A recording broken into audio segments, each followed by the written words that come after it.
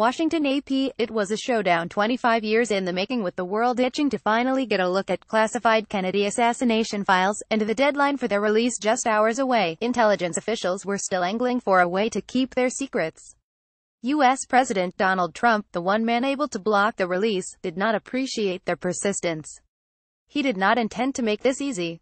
Like much else surrounding investigations of the 1963 killing of President John F. Kennedy, this week's release of 2,800 records from the JFK files was anything but smooth. It came together only at the last minute, with White House lawyers still fielding ladder-arriving requests for additional redactions in the morning, and an irritated Trump continuing to resist signing off on the request, according to an account by two White House officials. They spoke only on condition of anonymity to discuss internal discussions. Get the Times of Israel's daily edition by email and never miss our top stories free. Sign up. The tale of the final hours before the congressionally mandated 25-year release deadline on Thursday adds a new chapter to the story of Trump's troubled relationship with his spy agencies. He again flashed his skepticism and unpredictability in dealing with agencies long accustomed to a level of deference. Intelligence officials, meanwhile, were again left scratching their heads about a president whose impulses they cannot predict. And those officials had their own story to tell, some rejecting the notion they were slow to act on Trump's expectations for the documents. The CIA began work months ago to get its remaining assassination-related documents ready for release on Thursday, according to a person familiar with the process. The person, who was not authorized publicly to discuss the process and spoke only on condition of anonymity, said the goal was to have all the agency's documents ready to be released in full or with national security redactions before the deadline. U.S. President Donald Trump and U.S. First Lady Melania Trump walked to a motorcade outside the White House before traveling to the Trump International Hotel for dinner October 28, 2017 in Washington, D.C. AFP Brendan Smialowski. Since taking office, Trump has challenged the integrity of intelligence leaders, moved to exert more control over U.S. spying agencies, and accused his predecessor of using government spycraft to monitor his campaign.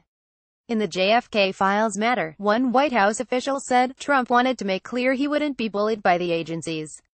Whatever occurred in the lead-up to deadline day, Trump was irritated Thursday that agencies still were arguing for more redactions. The president earlier in the week had tweeted to tease the release of the documents, heightening the sense of drama on a subject that has sparked the imaginations of conspiracy theorists for decades. Under a 1992 law, all of the records related to the assassination were to be made public unless explicitly withheld by the president. President John F. Kennedy waves from his car in a motorcade in Dallas moments before his assassination, in November 22, 1963. After Maltgins filed just before the release Thursday, Trump wrote in a memorandum that he had no choice but to agree to requests from the CIA and FBI to keep thousands of documents secret because of the possibility that releasing the information could still harm national security. Two aides said Trump was upset by what he perceived to be overly broad secrecy requests, adding that the agencies had been explicitly warned about his expectation that redactions be kept to a minimum. The president and White House have been very clear with all agencies for weeks they must be transparent and disclose all information possible, White House Principal Deputy Press Secretary Rod Shaw said Friday. A man walks past the United States National Archives building on October 26, 2017 in Washington, D.C.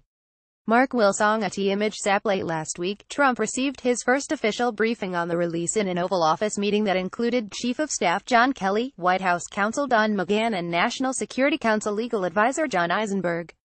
Trump made it clear he was unsatisfied with the pace of declassification. Trump's tweets, an official said, were meant as a signal to the intelligence community to take seriously his threats to release the documents in their entirety. According to White House officials, Trump accepted that some of the records contained references to sensitive sources and methods used by the intelligence community and law enforcement, and that declassification could harm American foreign policy interests. But after having the scope of the redactions presented to him, Trump told aides he did not believe them to be in the spirit of the law. On Thursday, Trump's top aides presented him with an alternative to simply acquiescing to the agency requests. He could temporarily allow the redactions while ordering the agencies to launch a new comprehensive examination of the records still withheld or redacted in part. Trump accepted the suggestion, ordering that agencies be extremely circumspect about keeping the remaining documents secret at the end of the 180-day assessment. After strict consultation with General Kelly, the CIA and other agencies, I will be releasing all JFK files other than the names and addresses of any mentioned person who is still living, Trump wrote in a Friday tweet.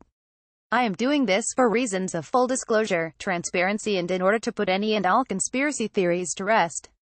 JFK files are being carefully released. In the end, there will be great transparency.